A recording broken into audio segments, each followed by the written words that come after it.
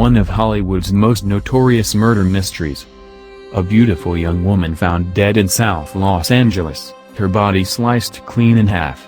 Police launch a sweeping investigation that produces countless dead-end leads. The media pounces on the graphic details, bestowing the victim with a nickname that would engrave her in history. Today, the murder of the Black Dahlia remains unsolved. The fascination with the 1947 death of Elizabeth Short hasn't died down, even 70 years later.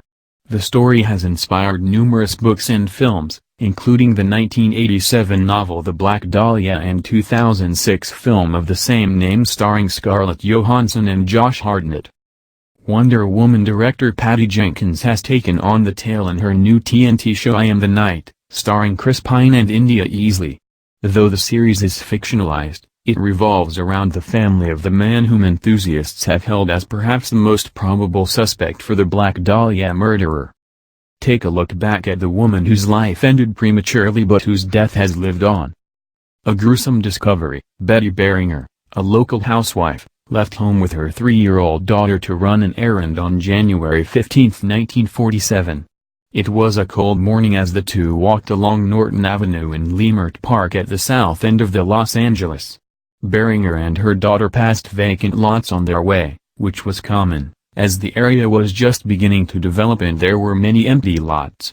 But as they approached the corner of 39th Street, something appeared out of the ordinary. A large white body could be seen in the grass.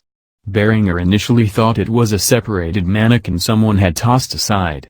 But upon closer inspection, Beringer realized it wasn't a mannequin. After letting out a scream and pulling her daughter away, she ran to call the police and tell them about the mutilated corpse she just found. Los Angeles police arrived at the scene to find the body of a young woman severed just above the waist with stunning precision. The upper half lay several inches away from the lower half, both facing up in suggestive poses. There were cuts all over her body, including slices on each side of her face that ran from the corners of her mouth to her ears, giving her a disfigured grin. Despite the extensive damage to the body, investigators found no blood at the scene. They determined she must have been killed somewhere else, drained of blood, washed and dumped at the site. The grisly nature of the murder haunted the police and public. Reporters and passers-by swarmed the lot as the news spread, and investigators wanted to find out who she was, fast. After lifting the woman's fingerprints, police enlisted the help of the Los Angeles Herald-Express to quickly send them to the FBI in Washington. The newspaper used its new sound photo technology, which amounted to an early fax machine, to transmit the prints. And in just 56 minutes, the victim was identified as 22-year-old Elizabeth Short. Who was Elizabeth Short? Born on July 29, 1924, Elizabeth Short grew up in Massachusetts with her parents and 4 sisters. Her father designed and built golf courses, but he left the family when the Great Depression hit in 1929. Elizabeth's mother, Phoebe, worked several jobs to help support her 5 daughters. Elizabeth had several nicknames, like Betty, Bet or Beth, and was described by childhood classmates and friends as kind, pretty and funny. She was known for her distinctive dark hair and bright blue eyes. By 1943, Elizabeth had moved to California to be with her father, but their relationship became strained and she moved out a few months later. Not long after, while out with some friends, 19-year-old Elizabeth was arrested for underage drinking. The fingerprints and mugshot taken at her booking would later lead to her posthumous identification. Elizabeth left California but eventually returned, working as a waitress in Los Angeles and dating several men. She dreamed of being a famous actress, according to several reports, but ultimately it would not be her art that would bring her the attention she sought. It was on January 9, 1947, that Elizabeth was last seen alive, working in the Biltmore Hotel in downtown LA at the time. She vanished that evening. Why the Black Dahlia? Newspapers at the time were known to sensationalize murder stories and grant nicknames to the killers and their victims. Some early headlines referred to the killing as the werewolf murder, and stories ran with rumors that painted Elizabeth as an attractive woman whose romances had changed her, from an innocent girl to a man-crazy delinquent known as the Black Dahlia. It's not entirely certain where the nickname originated. Some papers attributed it to the 1946 film noir titled The Blue Dahlia, changing the name for a victim with dark beauty and a penchant for sheer black dresses. Others said Elizabeth herself was given the name because of her dark hair. The Los Angeles Times wrote that Elizabeth was dubbed the Black Dahlia by co-workers, making a play on the film title. A never-ending investigation. Over time, police received innumerable tips related to the case and dozens of people claimed responsibility for the murder. However, investigators were quickly able to rule out most of them. During the probe, it was suspected that the person who killed Elizabeth had a medical background, because of the incredible precision that was used to dissect her body. The FBI looked into a group of students at the University of Southern California Medical School, but the lead turned up empty. Investigators thought they caught a break in the case when anonymous letters were sent to authorities in Los Angeles newspapers, presumably by the killer. The Los Angeles Herald-Examiner received a call on January 23 from someone claiming to be Elizabeth's killer and disapproving of the way the story was being covered. The caller offered to send his victim's belongings to the paper to prove him. The Herald-Examiner then received a package with Elizabeth's birth certificate, some photos, business cards and an address book, along with a letter pasted together from newspaper and magazine letter clippings that read, Los Angeles Examiner and other Los Angeles papers. Here is Dahlia's belongings letter to follow. More letters followed, indeed, taunting the recipients with more clippings. They claimed that Elizabeth's murder was justified and warned people, don't try to find me. Police attempted to lift fingerprints off one of the letters, but to make matters worse, all the packages were doused in gasoline, destroying any evidence police could have used to help close the case. By mid-1947, police had eliminated dozens of possible suspects.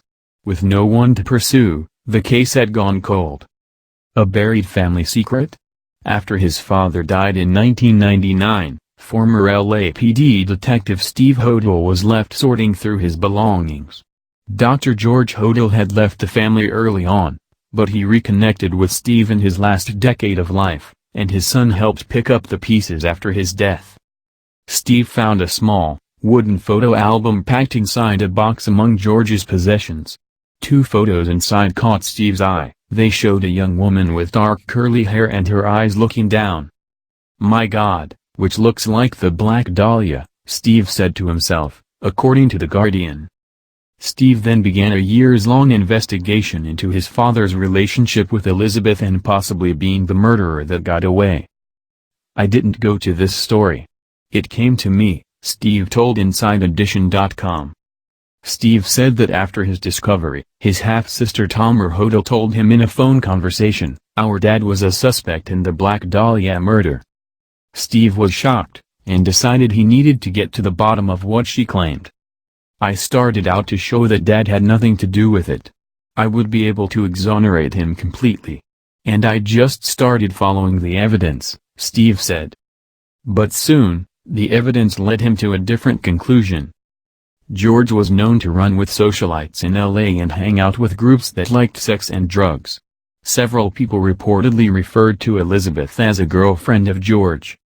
In 1949, George was accused of incest. He was eventually acquitted of the charges, but the case, along with George's familiarity with surgical techniques, led police to include him in the list of suspects for the Black Dahlia murder. The next year, police put George under surveillance at his LA home. Recordings captured the doctor's voice making a seemingly incriminating statement, supposing I did kill the Black Dahlia. They couldn't prove it now. They can't talk to my secretary anymore because she's dead. Another recording captured his voice saying, maybe I did kill my secretary. And a woman is heard screaming at another point. Steve argued that George killed his secretary to keep her quiet. The 1949 case and the tape transcripts are on record, but Steve pointed out other aspects that seemed to connect his father to the murder. George was friends with surrealist photographer Man Ray, and Steve claims two of the artist's 1930s photos bear a resemblance to the way Elizabeth's body was posed in the Leimert Park lot. He argues George used the murder to emulate Ray's art. Steve added that he recognized his father's handwriting in the letters sent to authorities and papers in the wake of Elizabeth's murder. And he said he has connected his dad to several other murders in LA around the same time. Steve said police had a slam-dunk case against George at the time, but he split and left the country. Literally, they were out looking for him to arrest him. They had built that much of a case. George died without having any charges filed against him. Steve published a book in 2003 about his findings, Black Dahlia Avenger. Former Deputy District Attorney Stephen K., who prosecuted the Charles Manson case and worked with Steve for many years, examined Steve's evidence. He supported Steve's conclusion and told him he would have filed a case against his father were he still alive. The Black Dahlia legacy of the murder of the Black Dahlia has continued to haunt Los Angeles and armchair investigators around the country, some 70 years later. The grisly crime and the lack of resolution remain intriguing for today's audience of the true crime era. It's become synonymous with unsolved murders of beautiful women, Sandy Gibbons, spokeswoman for the Los Angeles County District Attorney's Office, told the Associated Press. Mystery writer Robert Craze added that certain things are part of the fabric of Los Angeles, and the Black Dahlia is one of them.